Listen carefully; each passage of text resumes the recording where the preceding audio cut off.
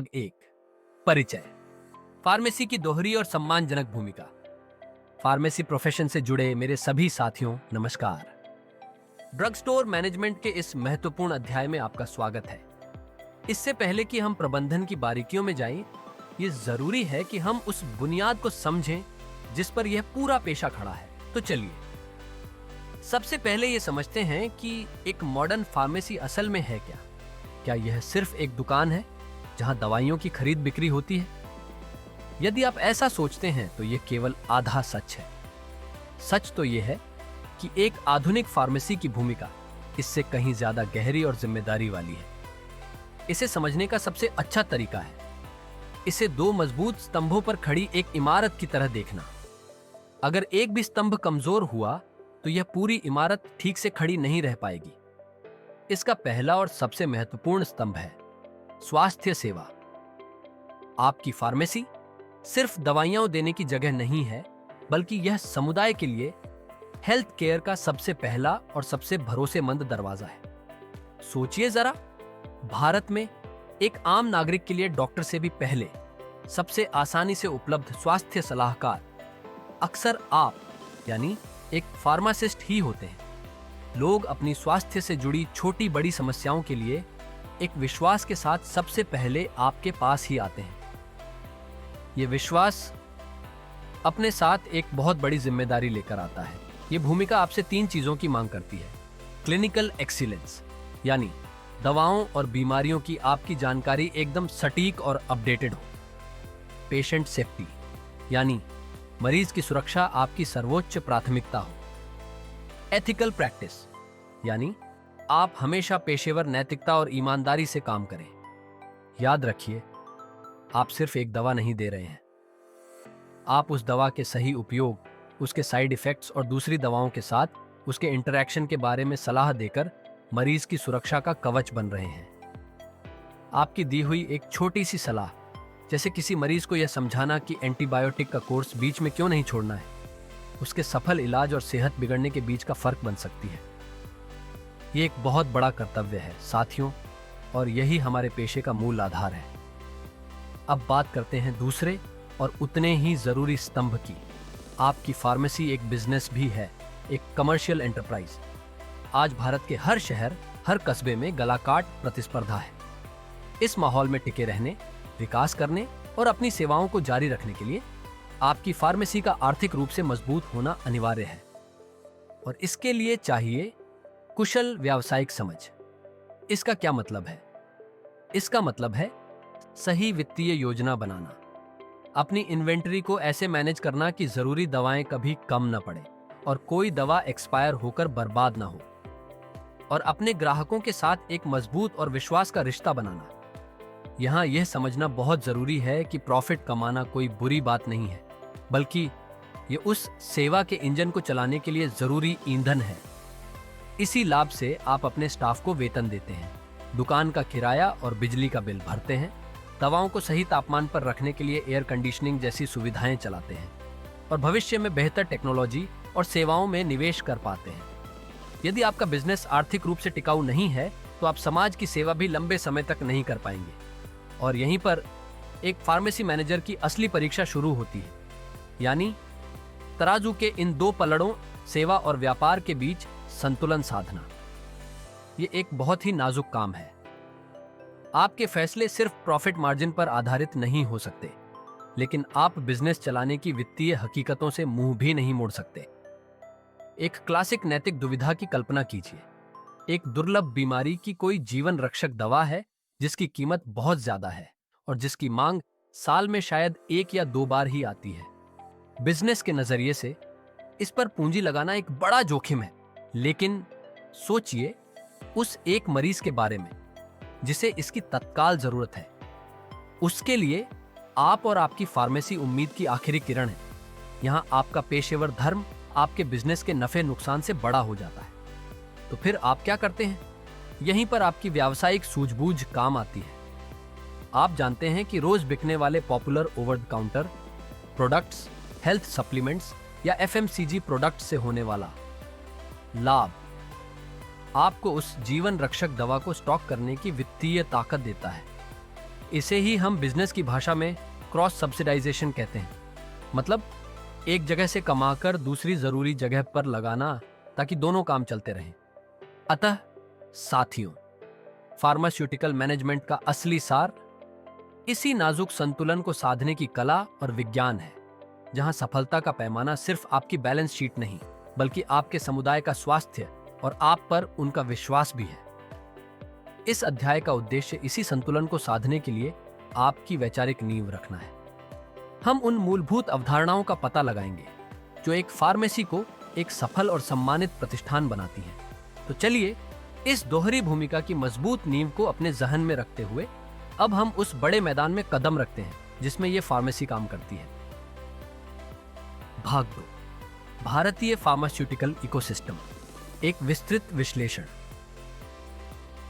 साथियों, पिछले अध्याय में हमने उस मजबूत नींव को समझा जिस पर एक सफल फार्मेसी खड़ी होती है, सेवा और व्यापार का संतुलन।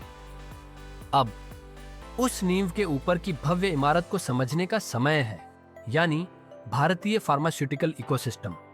ये केवल एक बाजार नहीं, बल्कि उत्पादकों, नियामकों, वितरकों और आप जैसे स्वास्थ्य सेवा प्रदाताओं का एक जटिल और परस्पर निर्भर नेटवर्क है। इस इकोसिस्टम की अपनी एक गतिशील प्रकृति है और यह सख्त नियमों से संचालित होता है। एक कुशल मैनेजर के तौर पर इसकी संरचना को समझना आपके लिए अनिवार्य है। आइए इस जटिल संरचना को समझने के लिए हम इसकी आपूर्ति श्रृंखला, सप्लाई चेन के महत्वपूर्ण चरणों का विश्लेषण करते हैं। आपूर्ति श्रृंखला के महत्वपूर्ण चरण, एक दवा की यात्रा कई विशेषज्ञ चरणों से होकर गुजरती है और हर चरण की गुणवत्ता अगले चरण की सफलता को निर्धारित करती है। पहला चरण, एपीआई का निर्माण। यह यात्रा एक्टिव फार्मास्यूटिकल इंग्रेडिएंट यानी एपीआई के निर्माण से शुरू होती है। यह वह शुद्ध, शक्तिशाली और चिकित्सकीय रूप से सक्रिय अणु, मॉलिक्यूल है जो दवा के प्रभाव का मूल आधार है। एपीआई की गुणवत्ता, शुद्धता और स्थिरता अंतिम उत्पाद की प्रभावकारिता और सुरक्षा को सीधे तौर पर निर्धारित करती है। भारत दुनिया के सबसे बड़े एपीआई निर्माताओं में से एक है। दूसरा चरण, फॉर्मुलेशन। यह फार्मास्यूटिक्स का विज्ञान है, जहां एपीआई को अन्य सहायक पदार्थों यानी एक्सिपिएंट्स के साथ मिलाकर एक स्थिर, सुरक्षित और प्रभावी डोसेस फॉर्म जैसे टैबलेट, कैप्सूल या इंजेक्शन में बदला जाता है। यहां बायोअवेलेबिलिटी यानी दवा शरीर में कितनी और कैसे पहुंचती है, और शेल्फ लाइफ यानी दवा कब तक सुरक्षित रहेगी जैसे कारकों पर गहन शोध होता है। तीसरा और चौथा चरण, वितरण और थोक व्यापार। ये इस श्रृंखला की आर्थिक धमनियां है। होलसेलर का कार्य केवल ब्रेकिंग द बल्क यानी बड़ी मात्रा को छोटी मात्रा में तोड़ना नहीं, बल्कि बाजार को संतुलित करना भी है। वे हजारों रिटेलर्स से मांग को एकत्रित करता है और सैकड़ों मैन्युफैक्चरर्स से आपूर्ति को सुलभ बनाता है, जिससे आपको वित्तीय लचीलापन और उत्पादों में विविधता मिलती है। अंतिम चरण, खुदरा फार्मेसी। यह श्रृंखला का अंतिम और सबसे जवाबदेह चरण है। आप केवल एक विक्रेता नहीं, बल्कि गुणवत्ता के अंतिम द्वारपाल, फाइनल गेटकीपर ऑफ क्वालिटी और मरीज के लिए सूचना के सबसे विश्वसनीय स्रोत हैं। यहीं पर पूरी श्रृंखला की मेहनत एक मरीज के स्वास्थ्य लाभ में परिवर्तित होती है। उद्योगों का वर्गीकरण, इकोसिस्टम के किरदारों की पहचान। इस इकोसिस्टम के विभिन्न किरदारों को समझने के लिए उनका वर्गीकरण समझना आवश्यक है। पहला वर्गीकरण, स्वामित्व, ओनरशिप के आधार पर। पब्लिक सेक्टर यानी सार्वजनिक क्षेत्र, इसमें सरकारी संस्थान आते हैं जैसे इंडियन फार्माकोपिया कमीशन आईपीसी या सरकारी दवा निर्माता कंपनियां। इनका प्राथमिक उद्देश्य राष्ट्रीय स्वास्थ्य के लिए मानक स्थापित करना और गुणवत्ता नियंत्रण सुनिश्चित करना है, लाभ कमाना नहीं। प्राइवेट सेक्टर यानी निजी क्षेत्र, यह क्षेत्र नवाचार, प्रतिस्पर्धा और बाजार की मांग से प्रेरित होता है, जो अर्थव्यवस्था को गति देता है। अधिकांश दवा निर्माता कंपनियां, डिस्ट्रीब्यूटर्स और रिटेल फार्मेसी इसी क्षेत्र का हिस्सा है।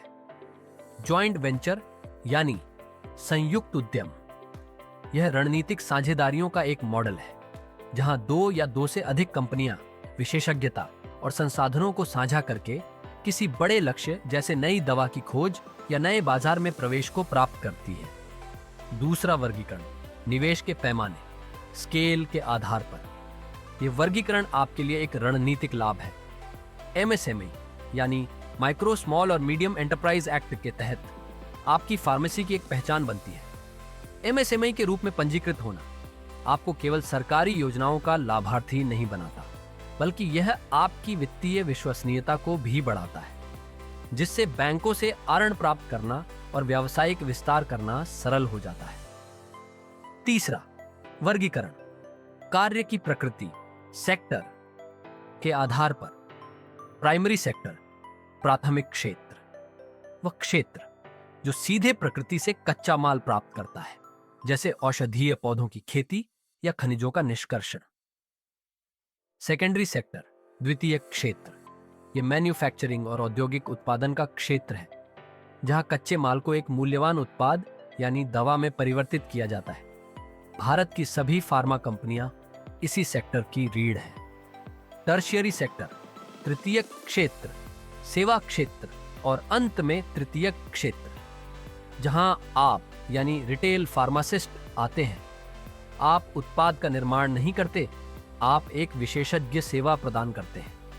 यह सेवा सही दवा की उपलब्धता सुनिश्चित करने, उसके सुरक्षित भंडारण और सबसे महत्वपूर्ण, मरीज को विशेषज्ञ परामर्श देने के रूप में होती है। निष्कर्ष, अतः साथियों, इस इकोसिस्टम और इसके वर्गीकरण की यह विस्तृत समझ मात्र एक सैद्धांतिक ज्ञान नहीं है, ये एक व्यावहारिक उपकरण है जो आपको अपने आपूर्तिकर्ताओं का सही मूल्यांकन करने, बाजार के जोखिमों को समझने और अपनी फार्मेसी के लिए बेहतर और अधिक सूचित रणनीतिक निर्णय लेने में सशक्त बनाता है। इस संरचना को समझने के बाद अब हम अगले अध्याय में इन उद्योगों की विभिन्न व्यावसायिक रणनीतियों पर और भी गहराई से विचार करेंगे। भाग 3, फार्मास्यूटिकल इंडस्ट्री के प्रकार और व्यापार की गतिशीलता। साथियों, पिछले अध्याय में हमने इकोसिस्टम के ढांचे और उसके बड़े किरदारों को समझा। अब हम झूम इन करेंगे और इन किरदारों की विशेषज्ञता, उनकी कार्यप्रणालियों और उनकी बाजार रणनीतियों को और भी बारीकी से देखेंगे। ये समझना आपको ये जानने में मदद करेगा कि आपके शेल्फ पर रखी हर दवा के पीछे की कहानी क्या है और उसकी गुणवत्ता का आधार क्या है। वर्गीकरण 1, कार्य की विशेषज्ञता के आधार पर दवा बनाने की पूरी प्रक्रिया।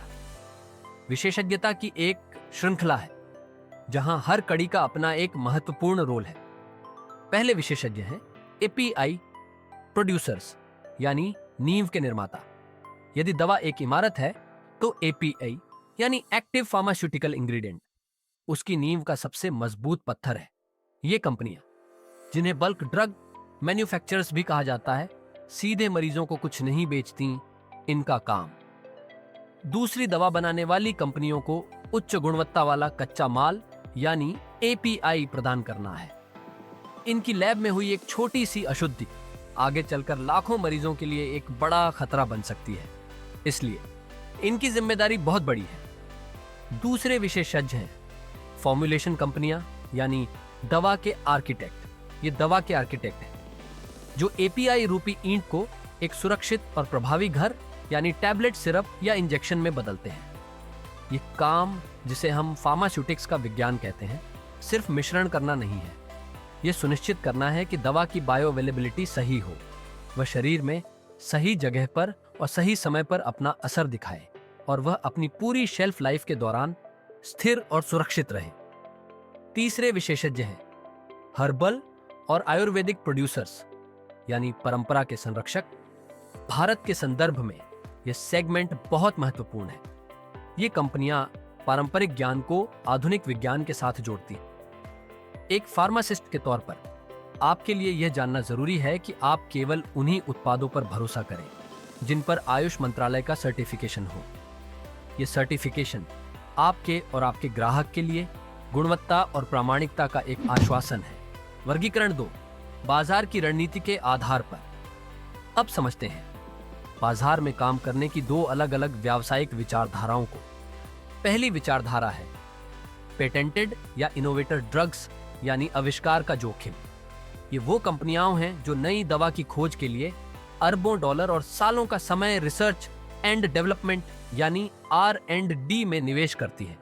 ये एक लंबी, महंगी और अनिश्चितताओं से भरी यात्रा है, जहां हजारों मॉलिक्यूल्स में से कोई एक सालों की कड़ी मेहनत और परीक्षणों के बाद दवा बन पाता है।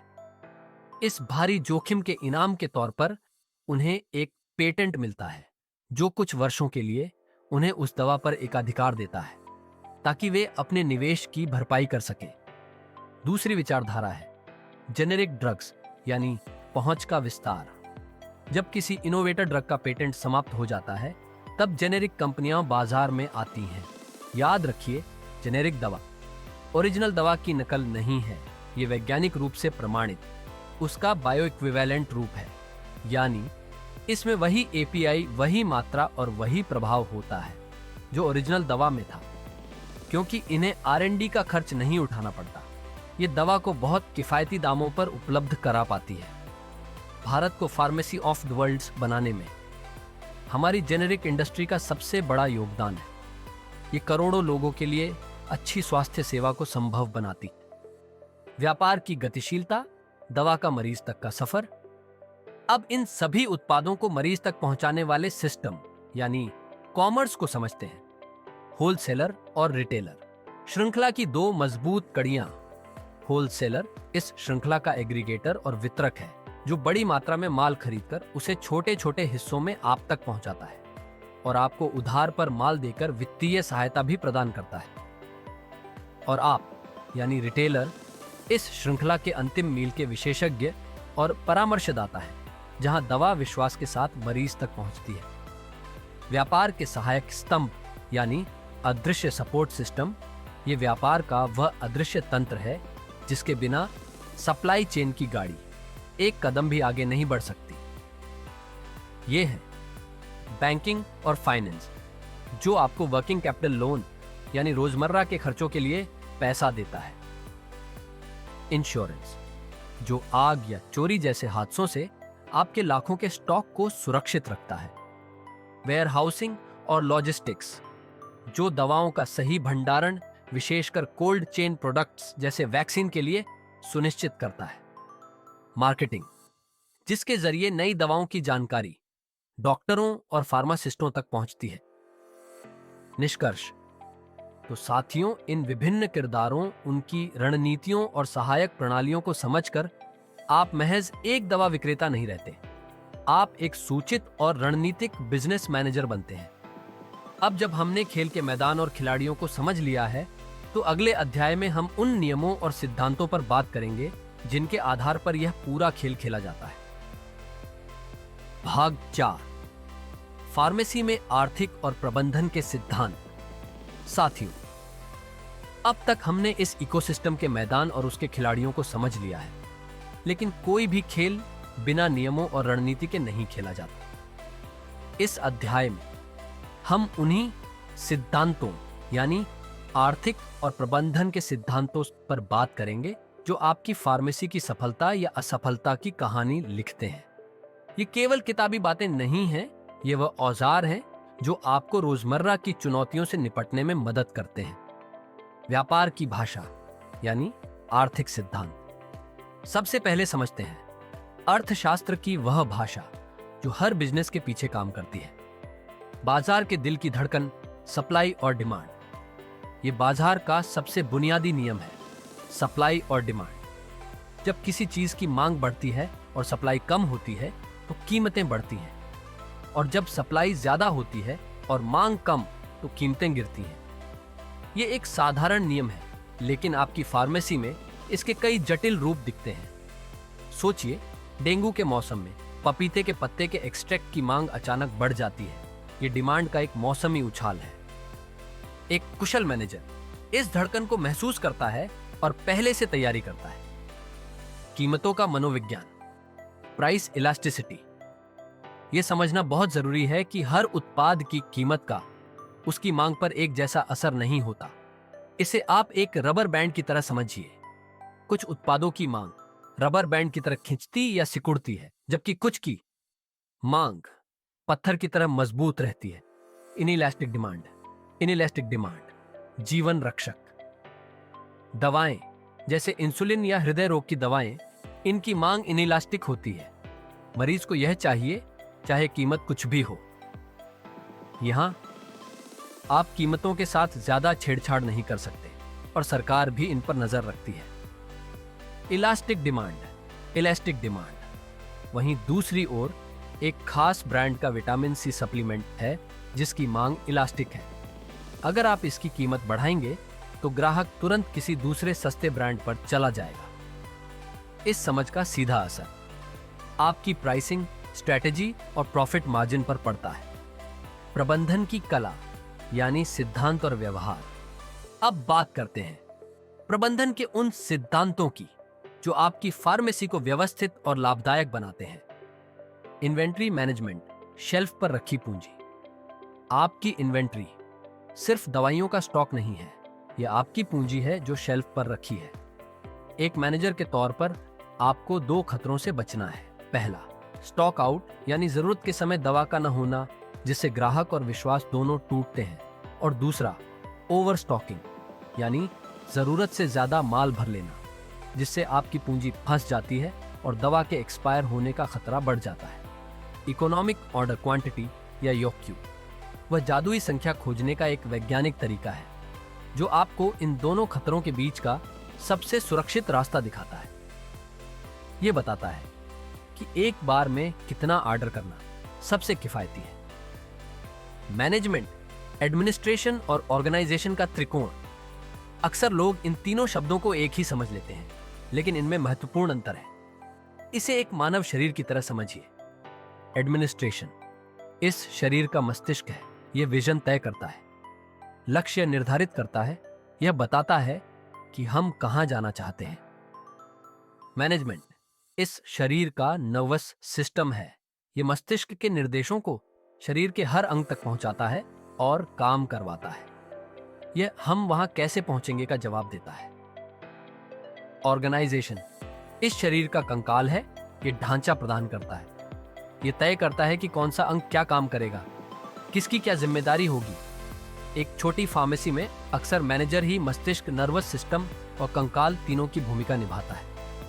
एक मैनेजर की आत्मा, कला, विज्ञान और पेशा। और अंत में सवाल उठता है कि मैनेजमेंट क्या है।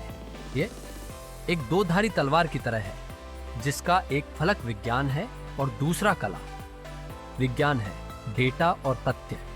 आपके फार्मेसी सॉफ्टवेयर का सेल्स डेटा आपको बताता है कि कौन सी दवा सबसे ज्यादा बिकती है। यह विज्ञान है।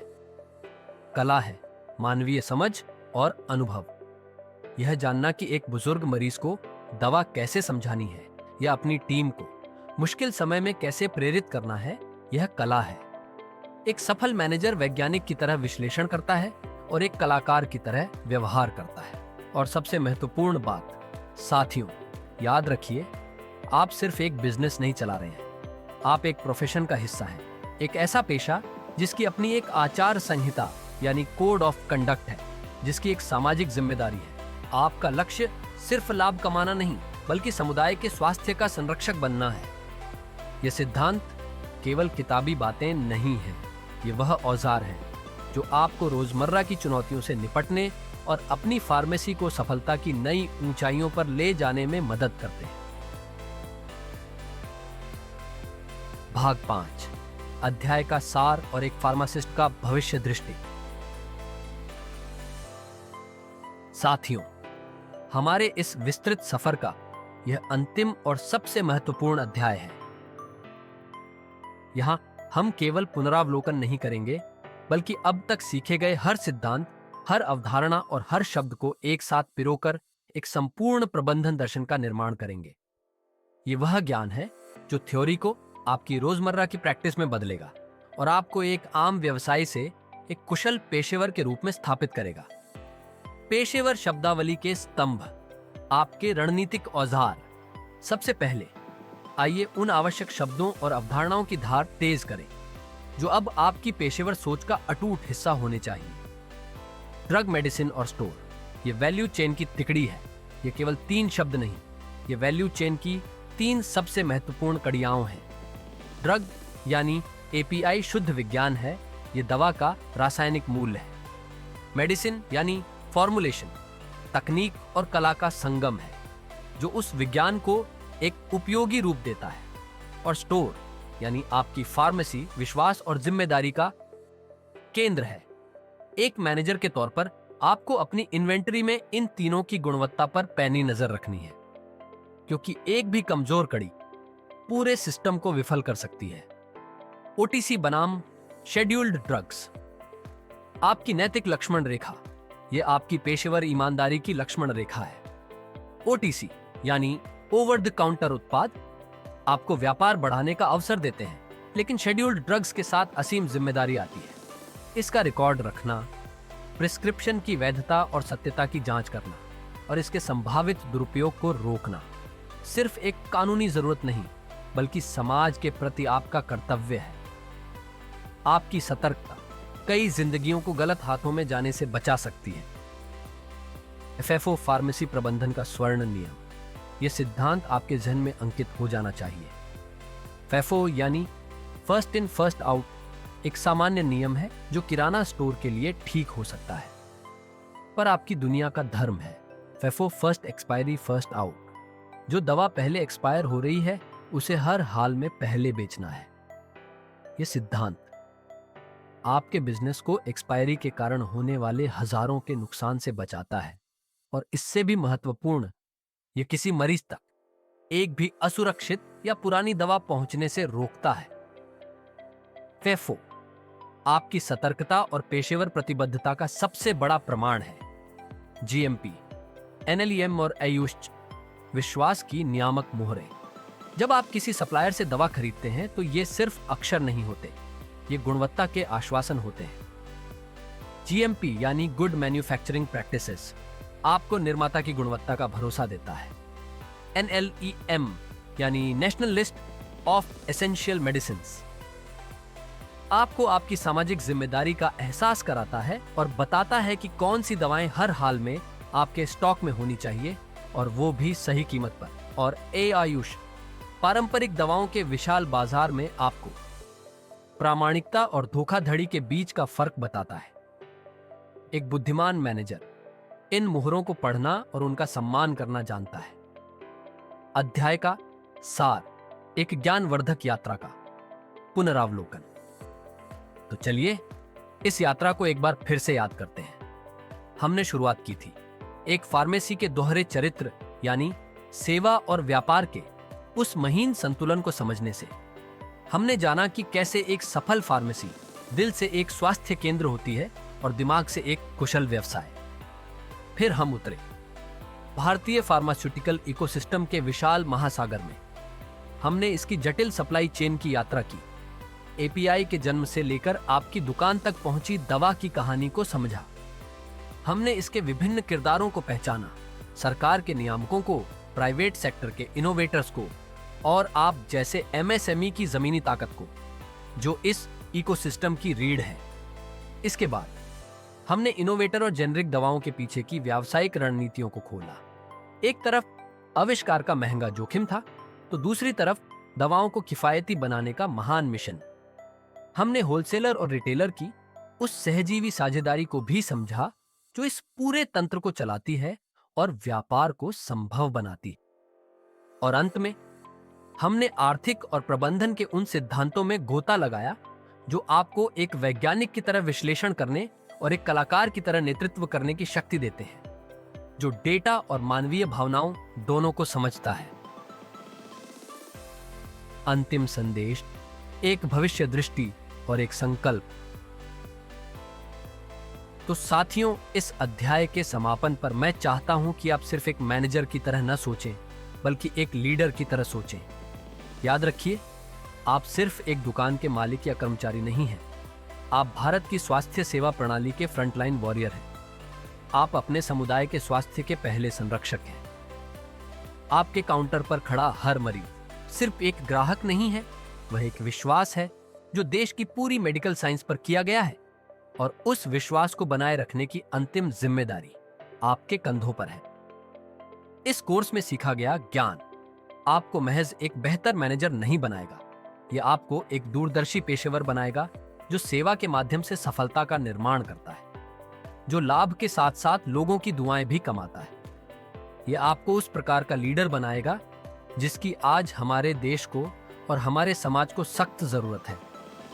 तो इस ज्ञान को अपनी ताकत बनाइए, इसे अपनी रोजमर्रा की प्रैक्टिस में उतारिए और एक सफल, एक समृद्ध और सबसे बढ़कर एक सम्मानित फार्मासिस्ट के रूप में अपनी एक अलग पहचान बनाइए। आपके भविष्य के लिए बहुत बहुत शुभकामनाएं।